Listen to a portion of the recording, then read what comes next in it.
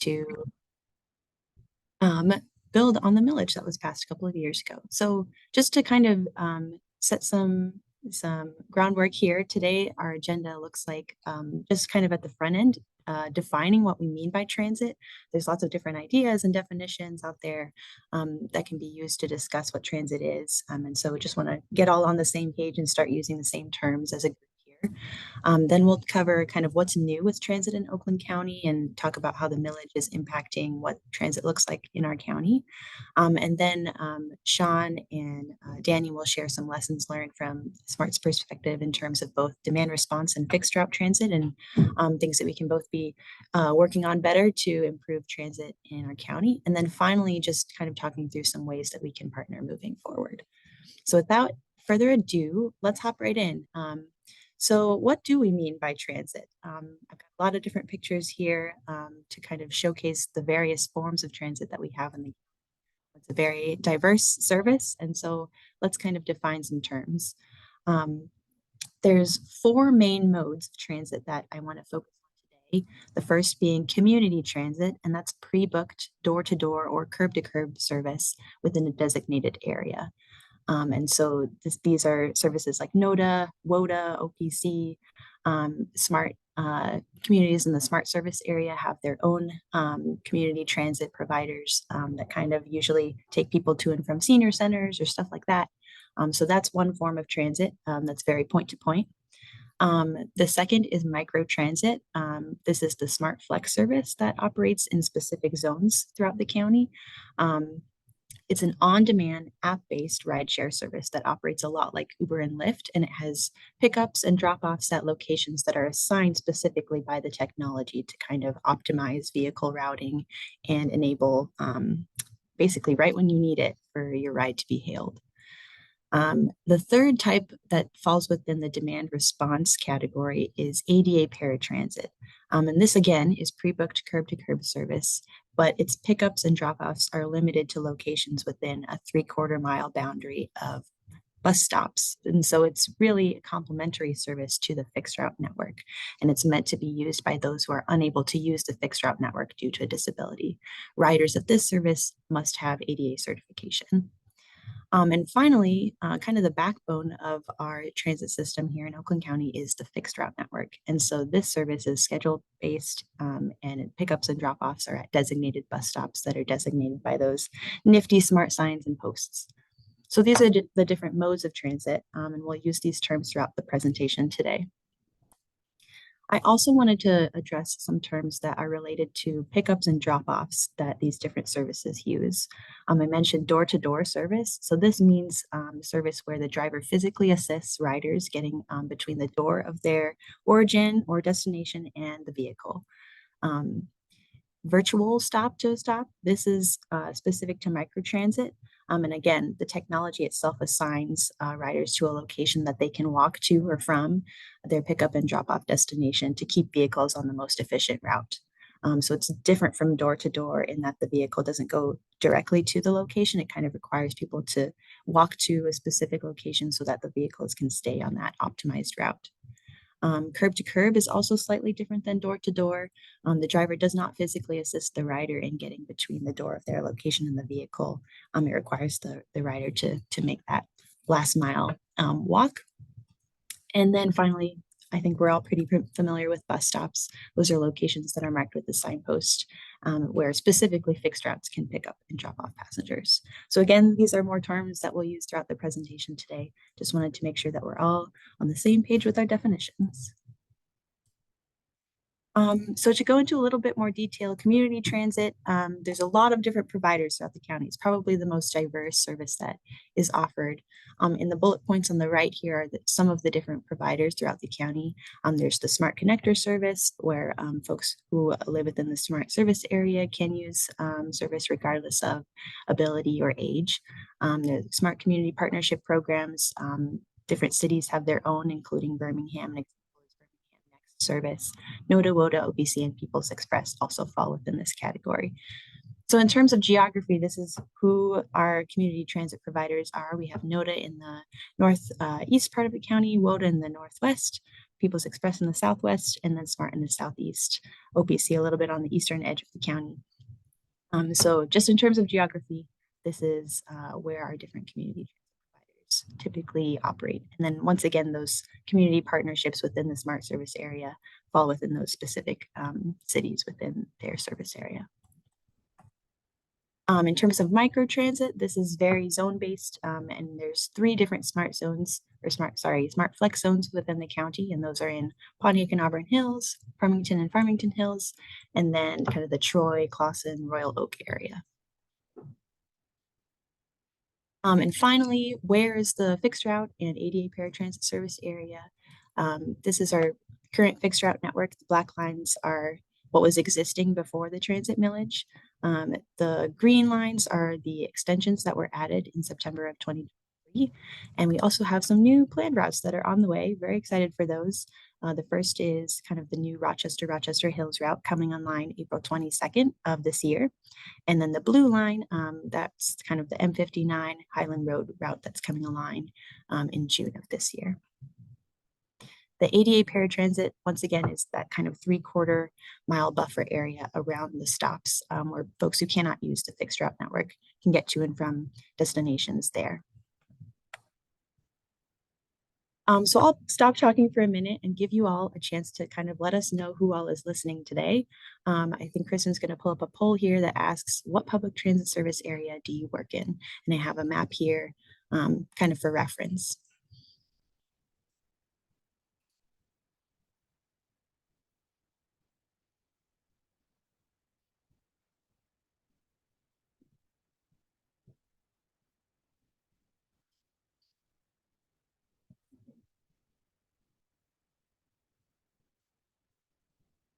All right. A lot of folks in the smart service area, makes a lot of sense, covers the most populous part of our county.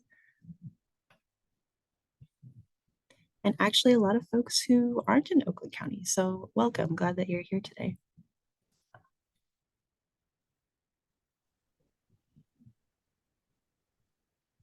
Okay, we'll give it just another moment.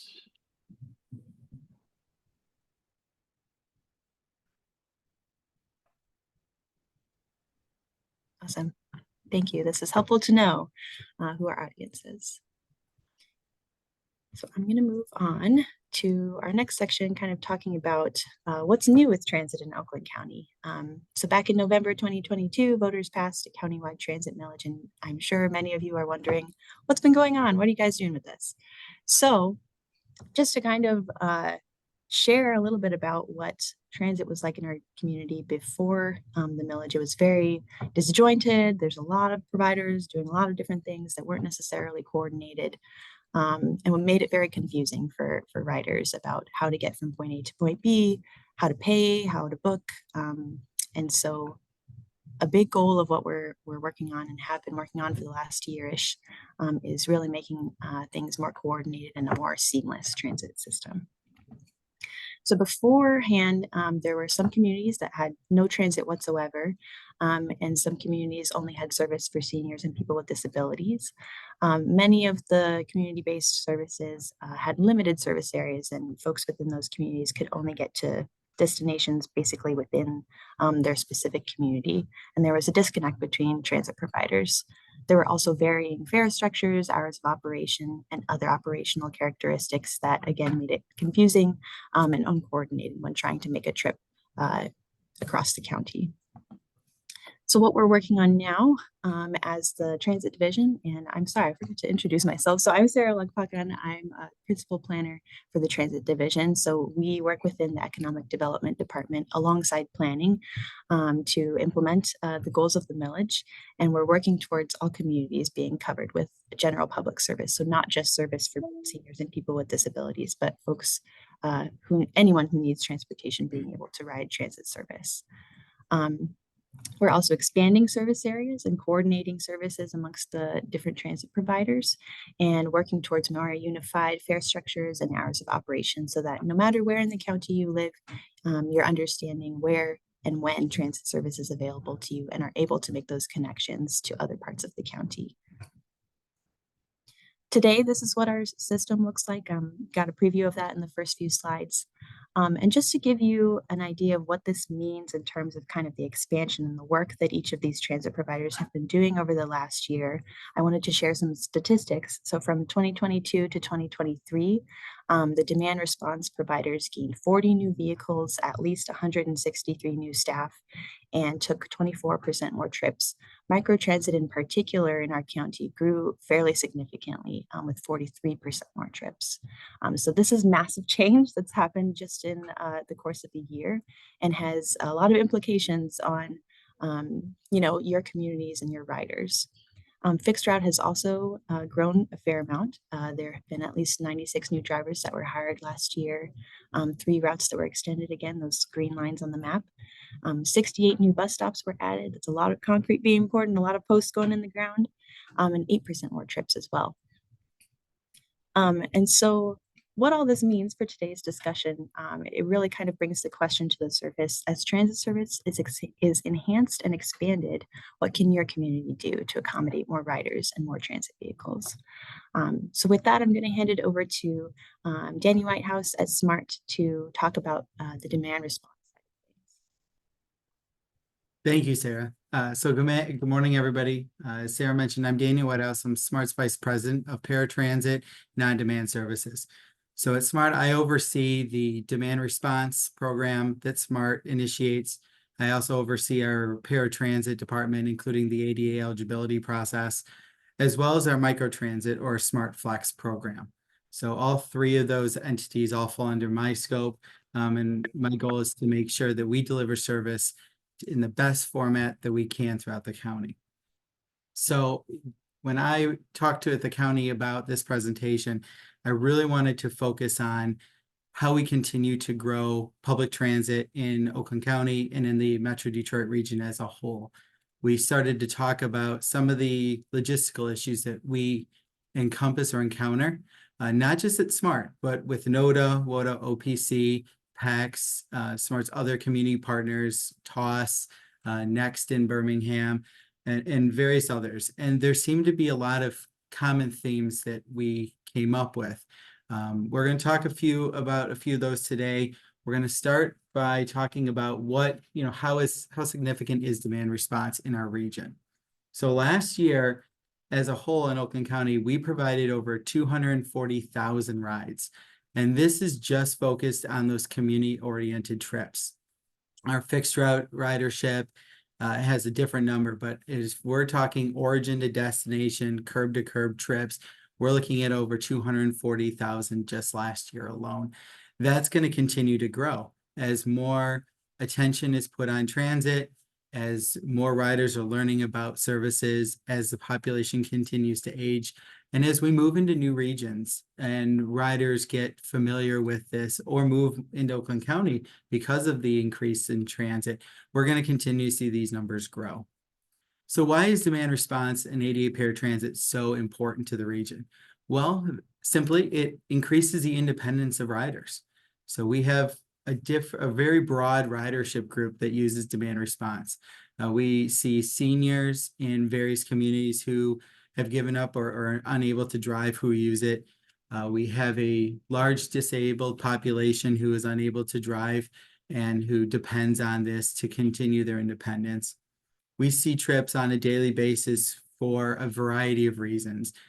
Medical trips are a high number of rides, but leisure trips are just as important. That might be going to a family member's house or a friend's house. It might be going to a senior center.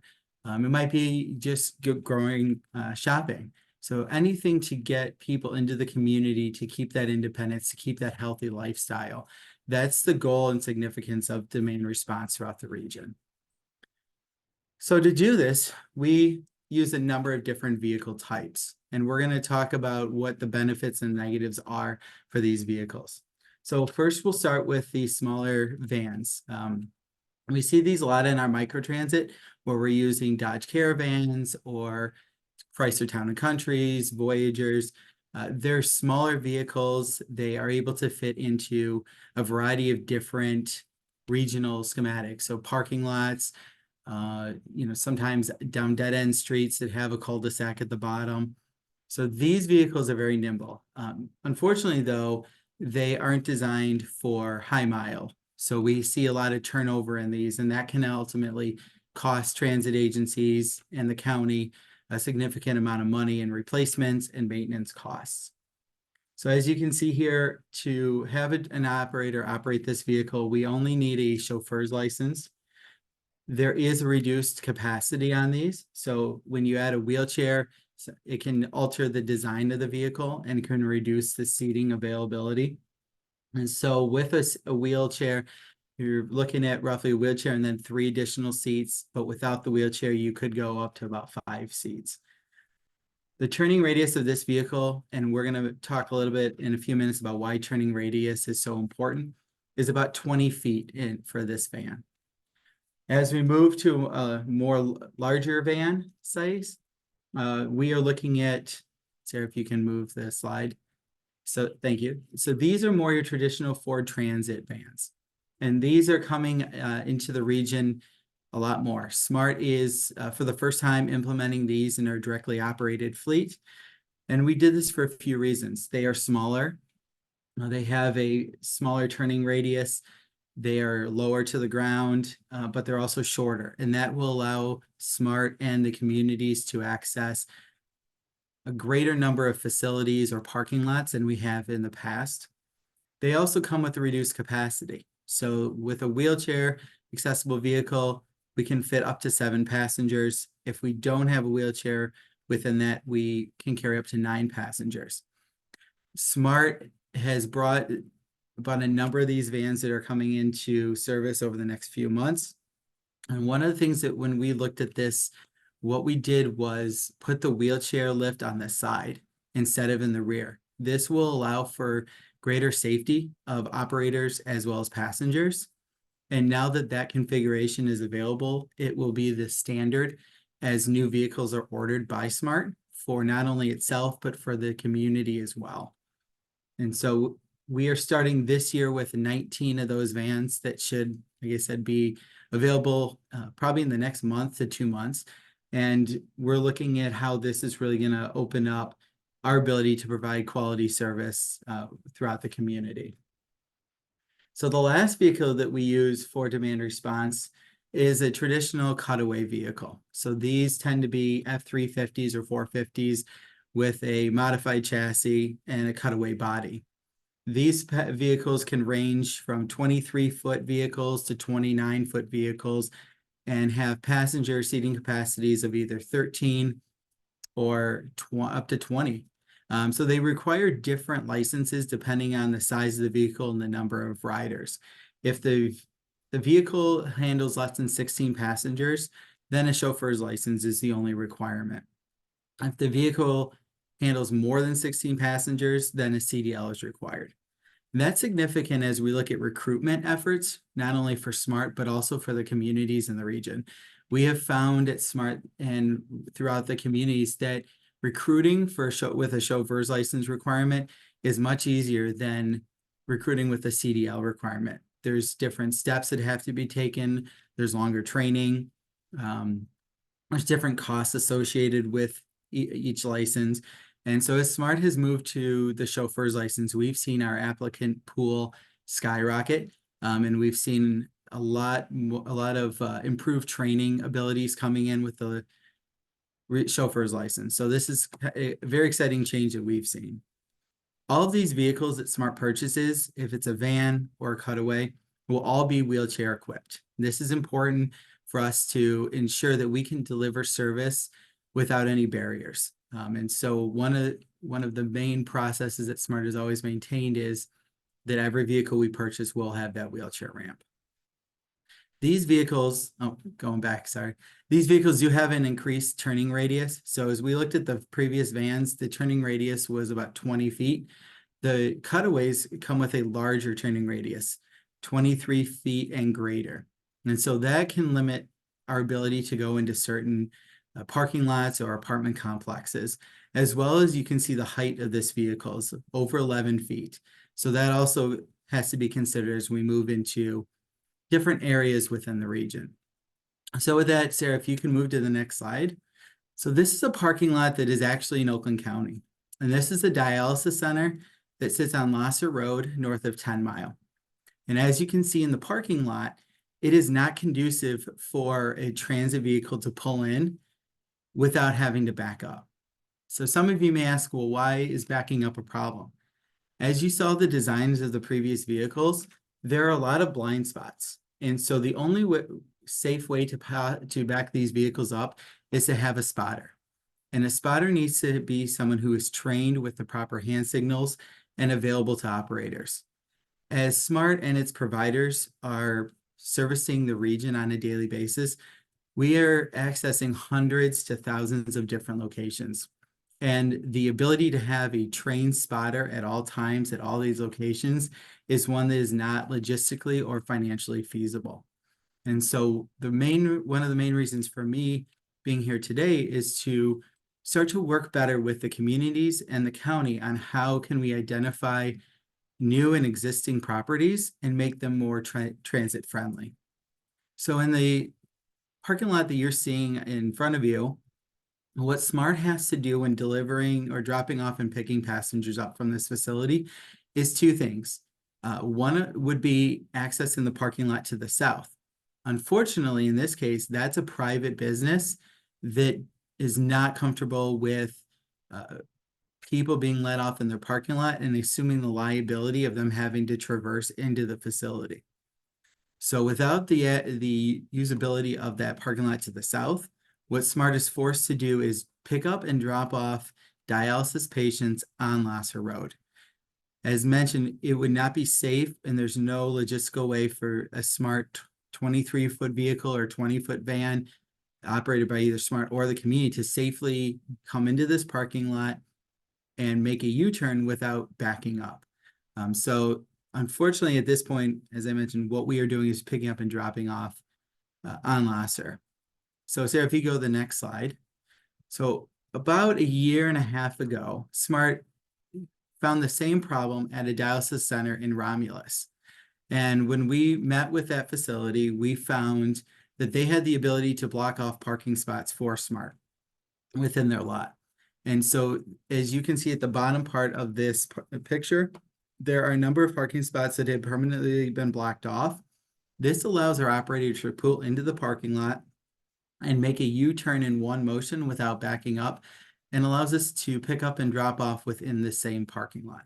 So you can see the designs of both of those parking lots are very similar, but the differences here are partly the amount of traffic, vehicle traffic that each facility is seeing.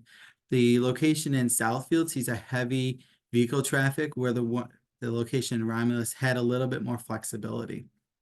And so as we move forward after today, our hope and goal, as I mentioned, is to really work more with the cities on how we can identify these lots and what opportunities there are to make changes that can ensure the safety of all riders. So Sarah, if you go to the next one, perfect. Thank you. The next challenge that we find within demand response and ADA paratransit are overhangs and ensuring that they are at an appropriate height that can fit all the different varieties of vehicle heights. So as we looked at the cutaways, we noticed that there was an 11-foot clearance needed for those cutaways. SMART as a whole owns probably about 300 to 400 of those cutaway vehicles that are spread not only in our directly operated fleet, but also within the communities. And so having overhangs that don't meet that clearance provides a safety challenge for riders as we go to pick up and drop them off within the community. So the facility that we're looking at right here is a senior facility. And because we cannot get to the front door due to the 9-foot clearance of the overhang, we are forced to pick up and drop off seniors on the main road, which during the winter months, if the property is not kept up correctly, really presents a safety risk for all of those trying to traverse through the parking lot. As we bring different vehicles in, we should be able to traverse a little bit better through the parking lot, but there are still logistical issues of, are we looking at overhangs overall and making sure that there's a minimum clearance, especially for some of these facilities that we know are going to use demand response or curb-to-curb services, but also when maintenance is done, if layers of asphalt are placed and alterations are made to the parking lot, are we requiring those businesses to remeasure the clearances to make sure that they still are as they are labeled? So Sarah, if you can move to the next one. So the next issue that we have identified and are looking to meet with communities on are the lack of shoulders on many of our one lane each way roads. So the image that you're looking at right now is Inkster Road. The house that is identified on the left, the passenger who lives in that home and uses curb to curb services is in a wheelchair. And so as we mentioned earlier, one of the things that we can't do is back up. So we are unable to pull into a resident's private drive.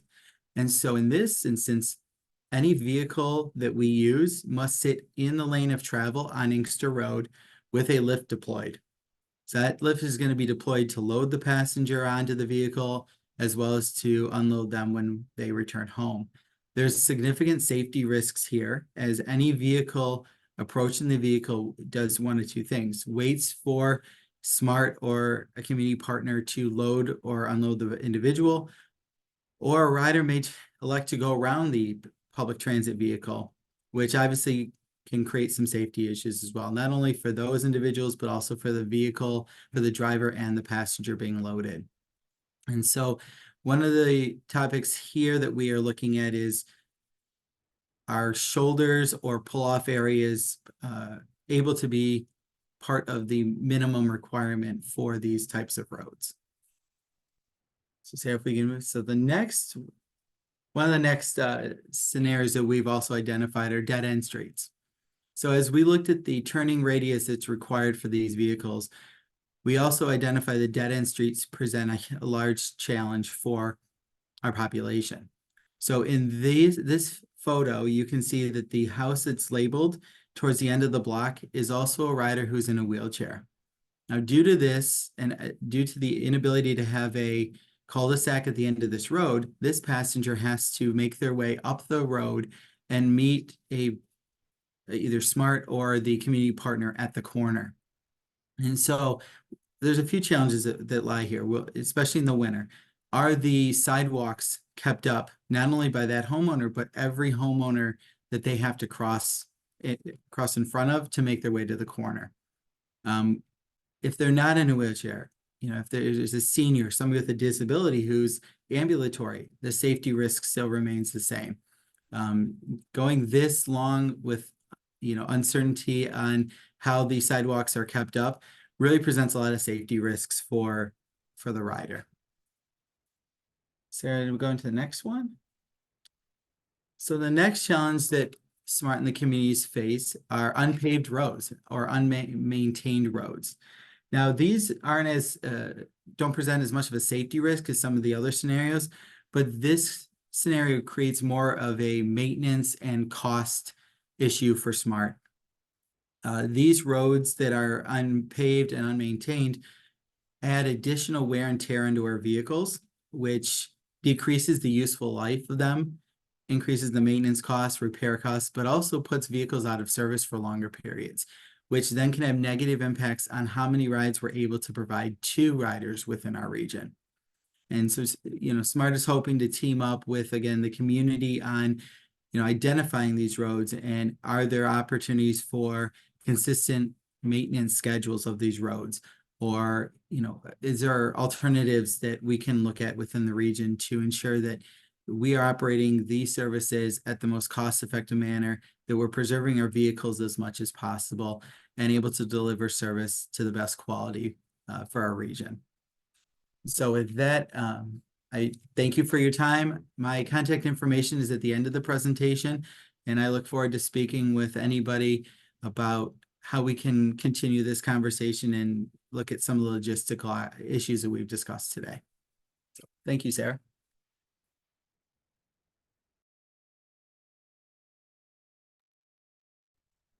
Thanks, Danny. Pass it over to Sean at this point.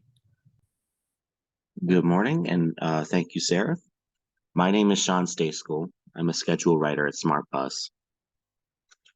My department does the fixed route transit service development for our organization. Before I get started, I wanted to shout out my teammate, strategic planner Jordan Von Zenda, who unfortunately couldn't be here today, but did contribute greatly with this portion of the presentation. My colleagues, Sarah and Danny, got many of the essentials of overall transit together. But to be more specific, how does fixed route bus service, the most traditional form of public transportation, slot into effective municipal development? It's a question without one individual correct answer, so let's get started. To begin with, fixed route is the central pillar of reliable, schedule-based transportation that the rest of our service branches out from. Regarding the sheer scale of service, fixed route provided over 4.6 million rides in 2023, averaging tens of thousands every weekday, with reduced amounts on weekends. The key passengers these services help are often low income and often people who either cannot afford to drive or can't safely do so anymore, and connects and engages them in their communities. A well-designed and used transit service can reduce traffic congestion, cut back on pollution from individualized transportation, encourages exercise by both walking and cycling, and spurs urban and economic development in supported and supportive communities. In the next slide, let's look at some quick statistics. Standard fixed route vehicles are produced by two major manufacturers, Gillig, Smart's current main provider, pictured here, and New Flyer, who we'll talk about later, who produce our smaller sub-fleet of 60-foot articulated vehicles. All buses in our fleet are equipped with both pneumatic kneeling capabilities, letting the buses lower and raise the frame to assist boarding and deboarding, and a ramp for mobility device users like wheelchairs, motorized scooters, and so on. All fixed route buses require a CDL to operate. 40-foot coaches can carry up to 32-seat passengers with additional standing room and 2 wheelchair bays, allowing buses to hold up to about 50 total passengers. Standard coaches with the 2 bike rack deployed comes out to about 43 feet. They're 11 feet tall, 9 feet wide, with a standard turning radius that rounds out to about 21 feet. Next slide, please. All right, our articulated buses, or ARTICs, are 60 feet long and are made up of 2 pieces connected by an accordion-style flexible joint.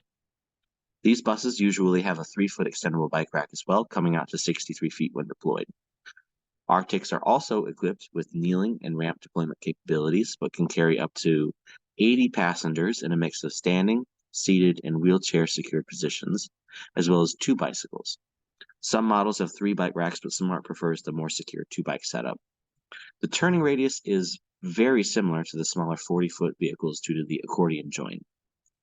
Believe it or not, despite the longer body, many of our drivers have claimed that they feel more comfortable making turns in the articulated models. On to the next slide, please. So a key facet of our work involves engaging and collaborating with major stakeholders, community leaders, planners, and citizens of the communities we serve. Stakeholders are often hospitals, schools, major businesses, factories, and other generators of ridership who have vested interests in connecting their employees, patients, students, and customers to their destinations. When we begin the development process from the beginning with all parties participating, communicating back and forth, sharing ideas and needs, the process of implementing really effective transit becomes incredibly easier from both sides. There's no need to worry about the safety of traversing streets in the downtown area if they're built with bus traffic in mind, and in the reverse, there's no need to worry about the bus's routing if the routing is designed with the city's layout in mind as well. In the picture you see here, the service development team, led by our Vice President, Harmony Lloyd, presented the Oakland County Service Expansion's initial proposals to the public. This was held in Berkeley City Hall, but we had additional meetings across the county in transit-accessible regions of Farmington Hills and Auburn Hills, which is a federal requirement. We also had online meetings as well. Doing so, let us engage the responses and needs from the public and community leaders about the needs of residents and riders alike. We got some valuable insights, which have since been incorporated into our phase 1 of future developments. Next slide, please. Now, something that always needs to be taken into consideration when planning transit services of any size and shape, how do you get those passengers from their homes to the bus, then off the bus to their destinations safely? When we look for areas to add bus service or places where service could be improved, what do we have an eye out for? Environmental design that's acceptable to a wide range of persons. In an ideal world where we had like unlimited budget and access, every road would have a generous ADA compliant sidewalk where the stats include at least 5 feet wide to accommodate both able-bodied and wheelchair-bound persons, as little slope as possible to avoid impacting accessibility to mobility aids and people who have trouble walking unassisted, and nearby curb ramps to facilitate reaching the road safely and easily and crossing the street. When SMART goes in to put bus stops, we as a policy always try to improve accessibility where it's feasible. A simple method of making a bus stop friendlier is adding a strip of concrete that connects the sidewalk to the curb, known as a key walk. These key walks greatly improve both able-bodied and movement-impaired access to bus service. Mobility aids avoid getting stuck in the grass and dirt, while everyone else now gets a cleaner and more stable place to wait for the bus. We also evaluate stops for bus shelters and benches where possible. If the stop has sufficient ridership, meaning passengers getting on the bus, along with nearby route transfers at the same stop or intersection, those get taken into account when prioritizing enhanced amenities. Other features of the area, including senior housing, medical centers, grocery stores, and so on, help prioritize the bus shelter. If the area isn't physically big enough to hold a shelter safely, we also have the option to install a bench and often a garbage can. For pedestrian safety at mid-block crossings, we love to see what are known as hawk beacons, signalized crosswalks that only activate when there's a waiting pedestrian. They have minimal impact to traffic patterns due to not being activated unless needed, and ensure pedestrian access to both directions of bus service as well as local destinations. Next slide, please. So what does a transit-friendly roadway look like exactly? A question with many answers, but a variety of components go into it. The roads and their environments need to be designed to let the bus go through safely without the risk of damage to the sides or roof of the bus or to the environment, on concrete poured to a depth to be strong enough to support its weight, and have corners rounded enough to allow for the turning radius of our buses to safely complete turns. Where buses need to turn on boulevard-style roads, one of two things is highly desirable. Either approval for a direct left exception from the city, county, or state, so the vehicle can make the turn and improve service speed, or the boulevard's Michigan left needs to be wide enough to make the turn safely. Otherwise, you risk jumping the curb and potentially damaging the right-of-way. Now, believe it or not, SMART does not like curb cut-ins, where the curb is pulled back for the bus to pull out of traffic to pick up and drop off. There's a counterintuitive but logical reason for this. In our 55-plus year experience, most roads SMART serves have too much traffic that once the bus leaves the right lane for the cut-in, it struggles to get back out again. This raises the likelihood of rear or side collisions from vehicles that either refuse to allow a merge or refuse to watch for the bus, as well as adding sometimes significant time delays into service every time the bus has to stop. As such, the emerging practice of installing bus bulbs is much more favorable. Bump outs from the curb that the bus pulls up to, but remains in the flow of traffic, allowing traffic to circulate around the bus. Bulbs are useful in areas with on-street parking that also require transit service, such as the photo on the top left, which is McNichols Road within Detroit. Next slide, please. All right, as mentioned earlier, buses require sufficient space to turn. Bike paths and parking lanes help create buffer zones that give buses a little extra space to complete the turn uninterrupted. However, there are always trade-offs. The more comfortable you make a turn for larger vehicles in general traffic, the harder it gets for pedestrians to cross as you push the crosswalk further and further back. And the more you have to consider sacrificing additional parking spaces. It's part of the calculation you have to include for, along with how far out can protective traffic bollards be to deflect errant traffic away from front row businesses, but without damaging turning vehicles, in terms of weighing pedestrian comfort against transit friendliness. Now, it's not marked on this slide, but I also wanted to mention what an ideal road for transit is configured like. In addition to previously mentioned accommodations for pedestrians and ADA riders, notably sidewalks, key walks, suitable slope, there's also the road itself. Buses ideally want at least one lane in each direction, with enough space from both the curb and oncoming vehicles to allow safe operations, especially if there's a central turn lane or a generous boulevard-style median. 2 lanes in each direction, a nice shoulder, and either a center turn lane or boulevard, with speeds that are not below 30 or above 45 is probably our ideal scenario. Speeds that are excessive or roads that are extremely wide can present hazards to riders, our operators, and personal drivers, who all have less time to react to changes in traffic and more space for pedestrians to have to cover when crossing the street.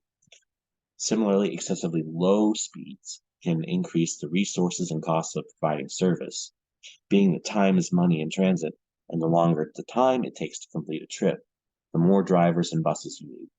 Likewise, roads that are too narrow, have too few lanes, or have excessive traffic control infrastructure can make operating transit service hard, bordering upon impossible, or in the case of unpaved roads, completely impossible. Next slide, please. What about a more idealistic transit space? You see them more and more often lately. Transit only or transit priority lanes in densely packed urban centers. Often these are marked off by little plastic lane markers, such as what you see here in front of Little Caesars Arena. Or the pavement itself could be colored in to mark the types of allowed traffic. This both avoids and improves congestion. The bus is not encumbered by cars and vehicles in log-jammed traffic situations like what you see during concerts and special events, while encouraging more people to take the faster bus to reach their destinations, thus leaving their cars at home and reducing the number of cars on the road. However, it's not one size fits all, of course. The trade-off here is the potential impacts on traffic at intersections or business driveways where drivers would cut right across the lane.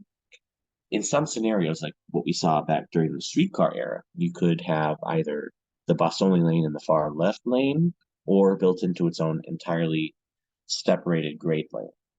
Otherwise, you could consider having the transit lane in the center lane and split the difference. Next slide, please. All right, what about park and ride services? These are reserved lots of free or reduced parking for riders commuting, generally to their jobs, leaving the suburbs and heading into downtown. This lets them avoid sometimes severe congestion, as well as solving the headache of parking in downtown Detroit.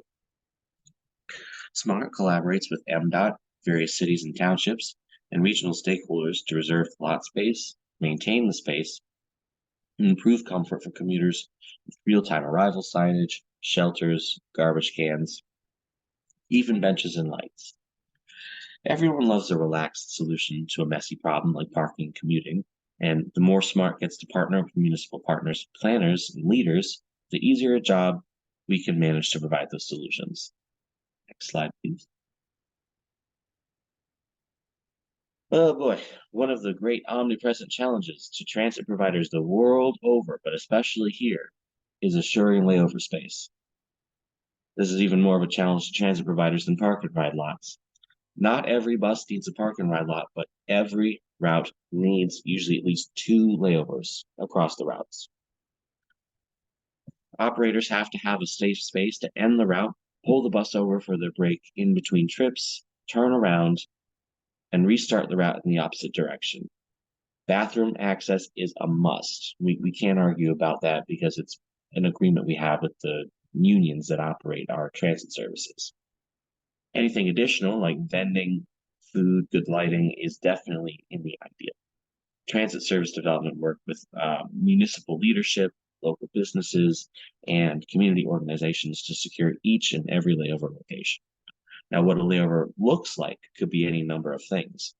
A space on the street marked for buses, like what we do in River Rouge for the 125 4th Street. In Southfield, Route 710 9 Mile Crosstown parks in the back of the VFW hall at 9 Mile and Telegraph. In Troy, 2 examples, the 460 Woodward Local has its space designated behind the south parking deck at the Somerset Collection, while the 495 John R. parks at the end of the lane near JCPenney at Oakland Mall. We generally have options, though that does lead me to the next slide. Public-private partnerships. Where governments aren't always able to assist with certain aspects like layovers, parking ride arrangements, or requested service on private property, businesses and other agencies can help. And sometimes that discussion gets kicked off by you, the planners and leaders of Oakland County, as well as the others in southeastern Michigan. There are 76 unique communities in the Smart Service area at this very moment, and we have to collaborate effectively with each one of them to deliver the best possible service for our passengers and for your citizens. Next slide, please. Now, what can planners do to make Oakland County a more transit-inclusive region? Well, you can include the considerations we've discussed, not just as transit is raised point by point, but from the ground up. Build it into your master plan or your corridor improvement plans. You can establish relationships and lines of contact between you, SMART, community transit providers, and other regional services like the RTA and DDOT when working out construction, streetscaping plans, and modernization with MDOT, the Road Commission, and other developers. And finally, reach out. When service isn't what you want it to be, or amenities need improvement, a bus stop is wonky, needs to be added, or missing something important, let us know. We have plenty of data to work with, both about the communities and the people who use the buses there.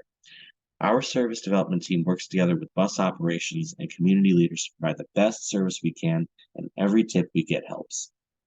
Thank you.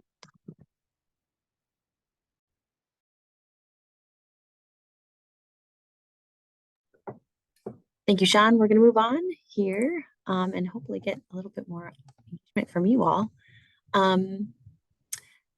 Kicking off the last part of our discussion, wanted to ask you all, what is the number one way that the transit providers from our end can improve public transportation and build partnerships with your community or agency?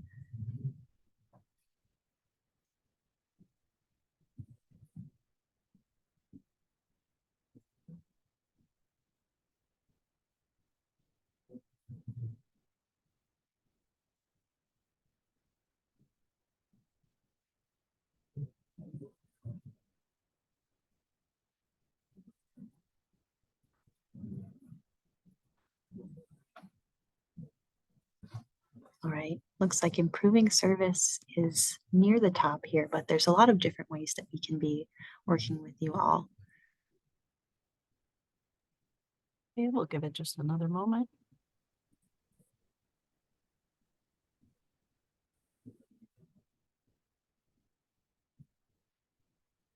Great, thanks, Christian.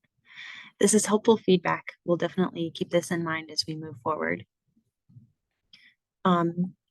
So one best practice that Sean mentioned just a little bit ago is integrating transit into your existing processes.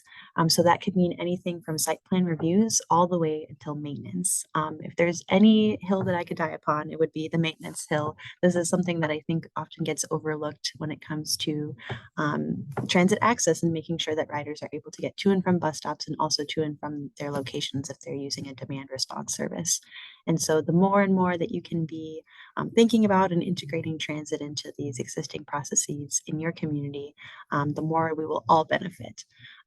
We'll have these slides shareable to you all. And so there's a couple links here that you can reference. One is a model ordinance for just kind of language around transit that can be used for site plan reviews and master planning, and also a checklist to help you with those processes. Another question we wanted to ask along these lines is, how would you say transit is integrated into your community's current processes?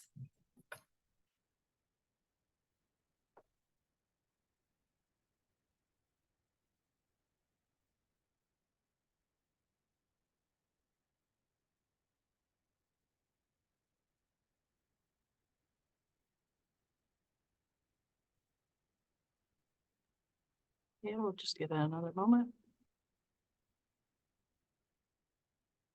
Nice. We've got some fully integrated folks, our champions. We'd love to learn more from you. And then somewhat integrated, minimally integrated. Seems like we've got some work to do. So looking forward to partnering with you all. Another related question, which process in your community needs the most work to better integrate transit?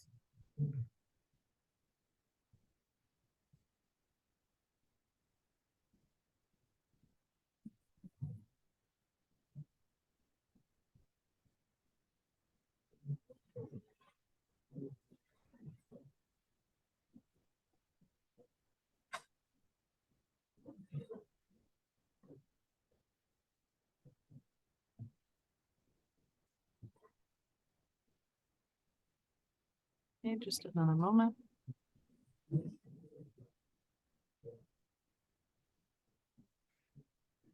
All right. Looks like corridor planning and design and master planning inched to the top here. There's a lot of great examples from other communities that we'd be happy to share. And I think we'll be moving towards some better transit guidance or transit design guidance here in the future. And I'll talk about that in a minute. Thank you for participating in the polls. Very helpful. Just wanted to go over a couple more best practices, provide some contact information, and then we can hop into Q&A here. But another best practice is filling in those sidewalk gaps and keeping sidewalks in good condition. Last month's planners gathering can act as a good reference for this best practice. So that planners gathering covered sidewalk system maintenance programs. Royal Oak and Madison Heights gave some great examples about what they're doing in their communities. So feel free to reference that.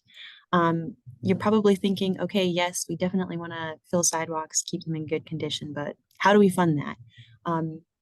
There's a lot of grant funding out there today, luckily, in terms of developing new sidewalk networks or connections, and I've got some links and references up here for that. But something that's coming along here soon that we're developing as the Transit Division is an Oakland County specific kind of grant program to help with access to transit. And so as that comes online, we'll definitely be sharing more with you, but wanting to be able to provide the millage as a resource to you all as you work on these kinds of projects. Another best practice is making bus stops better. So the example that I've got here is a previous bus stop that was in Ferndale, I think along Woodward Avenue, with some kind of specific branding, and even the shelter itself was designed to kind of go along with the Rust Belt Market and their kind of look and feel, as well as some green roof and landscaping and streetscaping. And so these kinds of things, we would love to see them. And each of the tax capture authorities throughout the county is collecting more money due to the transit millage. Definitely, this is a way that you can use that to, better boost and brand your downtowns. SMART also has an Adopt a Stop program that I've included a link here for that kind of helps businesses get on board with maintaining and keeping bus stops in good condition. And once again, funding from the counties, and we'll have more information on that to provide soon. HNTB is also under contract with SMART at this point. They're mostly in the initial phases, but later this year or within the year, they'll be developing a bus stop inventory and design standards manual that we can use as a region to help make our bus stops better. So definitely looking forward to that coming online. And then keeping in touch. This is just the beginning of conversation. Hopefully we'd love to continue to connect with you all and meet on any questions that you have, meet on service in your community and ways that we can be working to improve it. So my contact information is on the left. SMART folks are on the right here. I also wanted to specifically call out Jordan Irving. She's the Oakland County Community Relations Ombudsperson for us. So feel free to reach out to her. She can work with you on different, funding, and also connect you to the right person. If you're not sure who at SMART to contact Jordan and she can point you in the right direction. And then I also wanted to provide the local transit providers. So NODA, WODA, OPC, and People's Express. Their information is all here as well. The main number to call to try to book a ride is at the top, and then specific contact information for each of their leaders is at the bottom. So with that, I think we can hop into Q&A. Okay, excellent. Great presentation, guys. We do have a number of questions. First up, when will SMART expand its flex service to cover the entire city of Troy? Oh, thanks, Jim. One of the projects that SMART currently has going on is our Smarter Mobility program. So with that, we have contracted with Michael Baker International. The objective with that project is to look at our resources and our different services as a whole, and how we grow them and how we integrate new or additional services going forward. So a lot of the people who are on this call have participated in that program, but the growth of microtransit is part of that study. And so we don't have specific timelines right now on what the zones will ultimately look like, when they will be unveiled, but more information should be coming out throughout the summer on the next steps and recommendations, and we'll make those public as well. Okay. Since many transit riders are seniors, will SMART and Oakland County plan to have transportation to and from all 39 senior centers in Oakland County? That's again a really good question. So SMART right now, as well as the community partners, do provide service to senior centers as they're requested. As we continue to grow, there will be more opportunities for increase in rides. But those are not just for senior centers, right? But those are going to be for seniors, people with disabilities as a whole. So those would be filtered in with that. Mhm. And if there's a specific senior center you have in mind that, you know, is maybe missing service or needs greater service, let us know. Okay. How are our drivers trained to do drop-offs for wheelchair residents, making sure that family members are there to help, et cetera, eliminating any unforeseen challenges? That's a very good question. A lot of it depends on the service that is being used. As Sarah mentioned early on, SMART provides a door-to-door service, as do a number of communities. So with a door-to-door service that's particularly covered under the Americans with Disabilities Act of 1990, the driver would provide wheelchair or arm guidance assistance directly to the door of the facility, as well as to the door of the home. I know a number of communities provide that service as well. They won't go into the home, but they will go to and from the door of the facility and the residents. In other scenarios, we have our dispatch call the home, either when we are leaving the destination headed to the residence or when we're outside, and we can alert family members that we are there to pick up or drop off the individual. Okay. Are there any plans to heat and or cool bus stops, perhaps using solar power, et cetera? Sean, I will turn that to you. It's not out of the question. We have a number of community partners who do provide those services, not through our traditional vendors, through their own, through their own independent vendors. But we're happy to look forward to investigating that as the bus stop inventory project continues over, I believe it's the next year or so. Okay. Next question. What is the feasibility of providing dedicated bus lanes or BRT? That is an excellent question. I can speak a little bit to the BRT side of things. So Woodward Avenue has been under consideration for a bus rapid transit corridor for a very long time. I think we're perhaps closer than we've ever been today to that service potentially being implemented in the next 5 to 10 years. The feasibility really depends on a lot of what we talked about today, accessibility to potential stations. And so a large part of the project development for a new bus rapid transit corridor would be station identification. Another big piece of that would be whether or not the bus would operate in mixed traffic or have a dedicated lane. And so traffic considerations go into that. A lot of planning goes into that. But essentially, bus rapid transit is definitely feasible in our community. It just depends on how it gets implemented. Sean, I don't know if you want to speak to more on that. So under the RTA about, say, 9 years ago, the initial launch of what was then known as the reflex routes, what are now known as the fast corridors, so fast Michigan, fast Woodward, fast Gratiot, were intended as kind of a prototype, a soft launch of what future BRT service could look like, just without the enhancements to the infrastructure. So patterning a future BRT line off of what we already have in existence, which would be the 3 fast corridors and beyond, is certainly feasible and manageable from a scheduling perspective. It's just a matter of making sure that the infrastructure can match what we're putting on the road. Okay. Sean had a bullet point on one of the slides regarding a design manual. Is SMART taking community input on that document? Yes, so that is the process that's underway with HNTB right now. There hasn't been any public engagement with that yet because they literally just started. And so the answer is yes, they will be engaging you all as that process continues to unfold. And just as a follow-up, Sarah, should they touch base with you, Sean, Dan? Good question. I think Sean would be the main point of contact on that, right, Sean?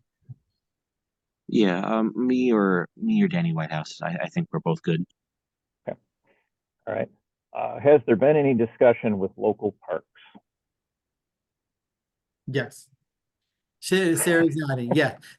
On the demand response paratransit project or the smarter mobility program, we'll say there's been a lot of different engagement levels. We have steering committees, we have public engagement committees. We have done a lot of new things within that realm to really open up where the gaps are in transit, not only in Oakland County, but in the region, right? Because from one of the meetings, we learned a lot of Oakland County residents are looking to go into other counties. There's things that other counties offer that Oakland County may not have currently. And so we are looking at this as a full region as well as with Oakland County. Okay. Well, this may be a little, but what are the exact stops on the Rochester Road in Troy and Rochester for the new Smart Route 492, which will begin April 22? Ooh, that's a big question. Or maybe you can, you could put into the chat a link or something that if you have that information available. It will be available eventually, but I can say there's going to be from end to end. So from Oakland University to the new Jason Hargrove Transit Center, which we're expecting to open in sometime in May, will be, I want to say 190 to 200 stops. So a bit extensive to go over here, but there will be stops roughly every quarter to fifth of a mile from Oakland University down Walton, and then down Rochester and Campbell and Hilton into the new Jason Hargrove Transit Center, roughly every quarter to fifth of a mile. And if people want to follow up on our website, smartbus.org, as those routes and the schedules become available, they will all be available not only through our website, but also on the website, there is a travel corridor where you can look at where the stops are through that mapping. Okay. How are we protecting bus stops against snow and the inaccessibility of snow when plow trucks block off the stops? Or how are we planning to protect these? Are there innovations to keep and maintain clear, accessible paths?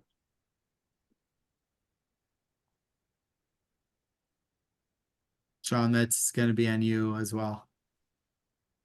So this is more in regards to maintenance rather than installments or anything. Is that correct? Yeah, it's how do we keep them clear? Oh, we have a team, a dedicated team of people who go out and they go out and target the highest ridership stops first, and then clear out as many as possible across all three counties. So they'll do shoveling, they'll do plowing, they'll do salting, they do garbage collection, they clean up the glass on the shelters, and they just make sure that everything looks nice and as accessible as possible. Where we don't have shelters and where there's not necessarily a lot of infrastructure, some of that maintenance does fall on the community in question. But generally speaking, when it's a stop that gets a good amount of use, we'll be on it. And Sean, I guess as a follow-up, you mentioned your adoptive shelter program. Does that include shoveling? Does that include what? I'm sorry. Shoveling. Snow shoveling. That's a good question. Danny, are you aware of that? I am not. I am not. I don't know. It's something we can follow up on and get an answer back for sure. Okay. What options do community members have to share input and suggestions regarding accessibility, desired routes, etc.? email me at any time. You have my contact information. It'll go to me, and then from me, it'll go to the rest of our team. I would also point folks, so Smart's going through their planning process right now, the Smarter Mobility Program. I can post the link to that in the chat here, but that specific process is really geared towards gathering public input. And so they have public meetings. They'll be having some later on, and I believe at the end of the summer, or maybe early fall. Correct me if I'm wrong, Danny. Yes. Okay. And also there's some online tools that they have to gather input specifically on what the future fixed route in microtransit zones should look like. Yeah, I do want to mention on the Smarter Mobility Program, my co-lead is the Vice President of Planning and Innovation, Harmony Lloyd, who also works with Sean on his tasks. So we can also, I think, get her contact information out there. It's also within the Smarter Mobility Program, but any one of us can answer those questions or take that feedback. Oh, there's a question in the chat here. What the crossroads are for the new transit center. The Jason Hargrove Transit Center is being built on the it's in one of the renovated buildings that used to be comprised of the old state fairgrounds. It's southeast of 8 Mile and Woodward, at an intersection that they created specifically for the transit center, which is Remington and Ralston. Does that answer your question, Jeremy? Yes, thank you. Yeah, no problem. Okay, will there be any resources dedicated to building infrastructure that will accommodate bike riders? For instance, places to park bikes along routes similar to MDOT carpool lots? That's a really good question. That's most likely gonna be part of the bus up analysis. Another study that Smart is also looking at are the long-term feasibilities of mobility hubs, right? So at the beginning, end of routes, maybe even along routes. So looking at those increased options of mobility stations for people to park and ride from, for drivers to lay over at, what amenities would be needed there as long as along the line. So those ideas are going to be part of all of these studies. And so when we do the public participation, we do encourage everyone to come out or send the feedback in via email or through the websites that we establish. So. Yeah, Okay. if there's a particular project that you have identified or an idea, like don't wait for our process. Let us know. Suggestion here from someone, maybe keep shovels at snow stops for travelers to clear their own paths. I've seen so many bus stops covered in snow. Perhaps stops of all types could benefit from shovels. Let's see, what are the amenities of the new state fairground transit center? Oh, so it's going to be indoors. So there are going to be, I believe, 10 bays inside. It'll be completely covered. I believe it should be air conditioned and heated depending on the time of season. They're in talks to have some sort of vendors come in and set up shop, but nothing that I'm aware of that'll start right away.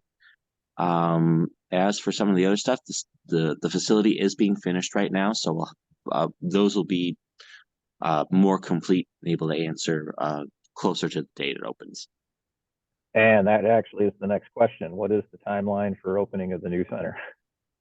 I want to say the projection that we received from Detroit and from Amazon was mid-May, but I will say that is tentative and it is dependent on weather and the work project. So tentative mid-May.